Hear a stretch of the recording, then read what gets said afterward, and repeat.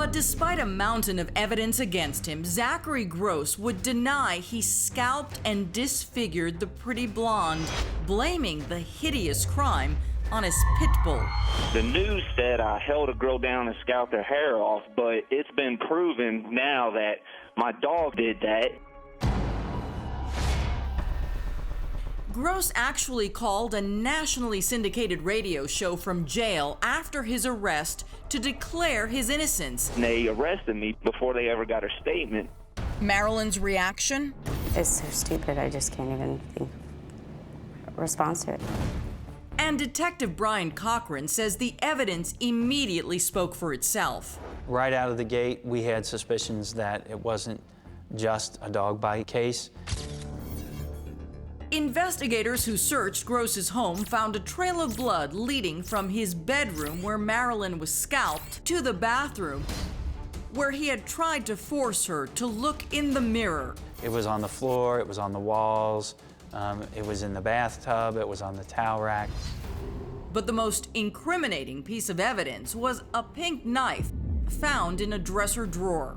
And what condition was that pink knife in? It was covered in blood. This sounds awful, but were there any pieces of hair or flesh that you found? There were indeed. There was on the knife blood and hair. So our argument was that he was hiding the knife. It is the same knife that Marilyn had put in her pocket for protection when she went to her abusive ex-boyfriend's home the day she was attacked, but that she dropped while he had her pinned on his bedroom floor, beating her. It becomes more and more horrific as we come to believe that the knife played a larger role in the assault and that it wasn't just a case of a dog biting someone. Our theory was that when Zachary Gross got possession of the knife, he used it on her. Investigators would also learn that Gross had a lengthy rap sheet of violent crimes committed against other women, including 2 assault in the 4th degrees, 1 domestic violence, the other one spouse abuse. Assistant prosecutor Leanne Beck says the only hole in the case against Gross was that Marilyn was unconscious during her actual scalping. That's the part that she does not remember.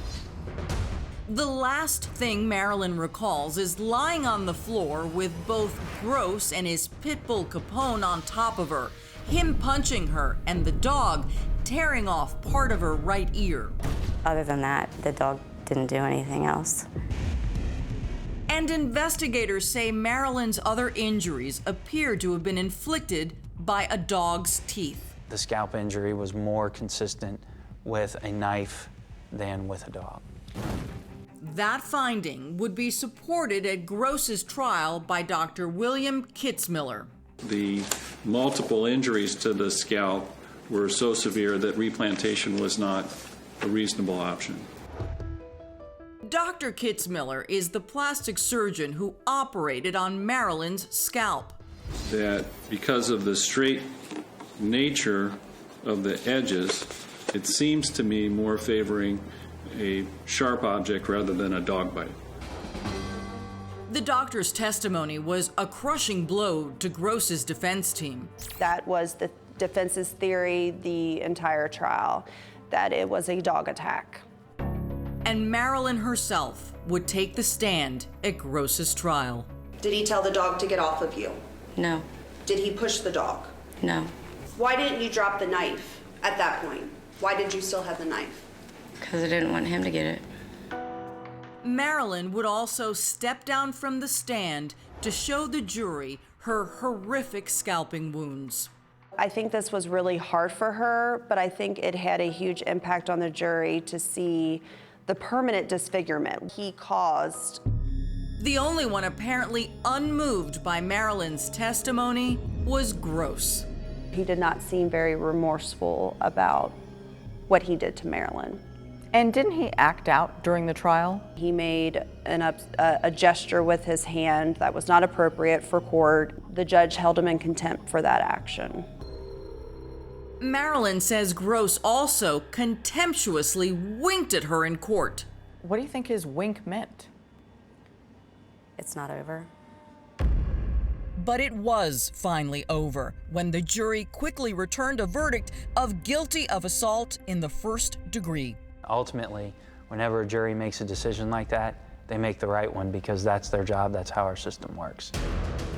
And Assistant Prosecutor Marilyn Beck asked the judge to give Gross the maximum sentence.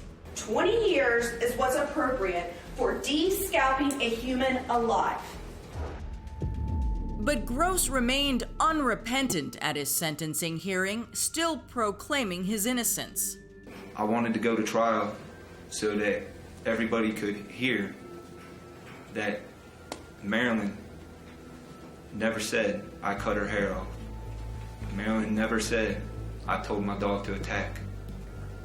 And I feel horrible for what happened. I feel that the verdict was wrong.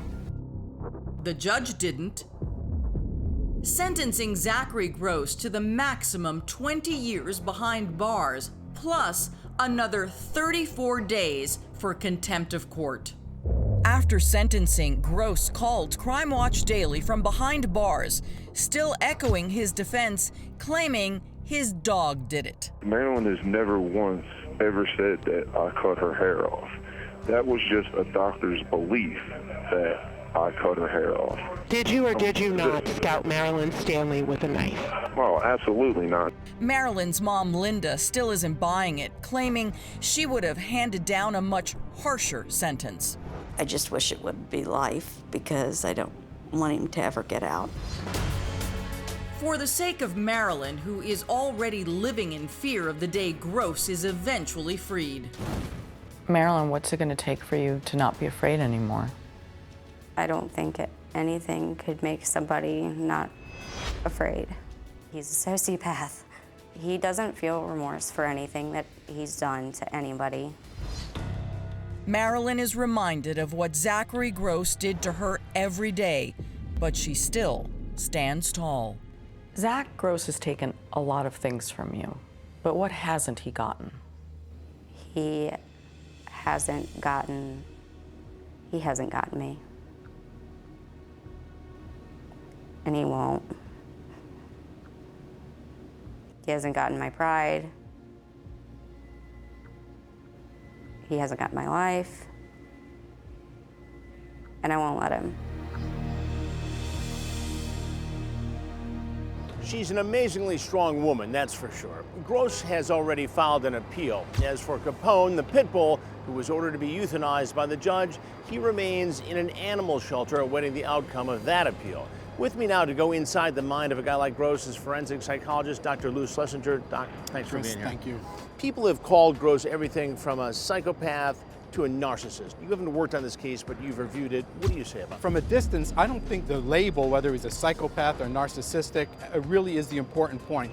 As I look at this, the level of sadism, the level of cruelty is just extraordinary in this case, and you don't see that at that level very often. Keep in mind also that this entire incident was triggered by jealousy, and what he did tells me psychologically he must have felt so humiliated and belittled that he overreacted in this way. And what about the scalping thing? Human scalping cases are extremely rare. You just get one case every several years. He could have easily taken the knife and stabbed her and killed her. He didn't want to do that. He wanted to disfigure her in some way so that she's always humiliated the way he felt when he saw that picture.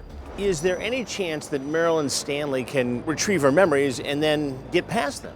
Well, with respect to retrieving her memories, that is best understood as a defense mechanism.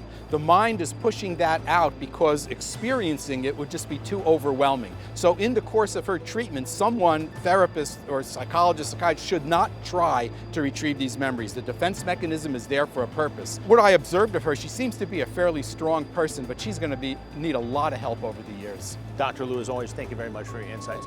For more on this story, go to crimewatchdaily.com.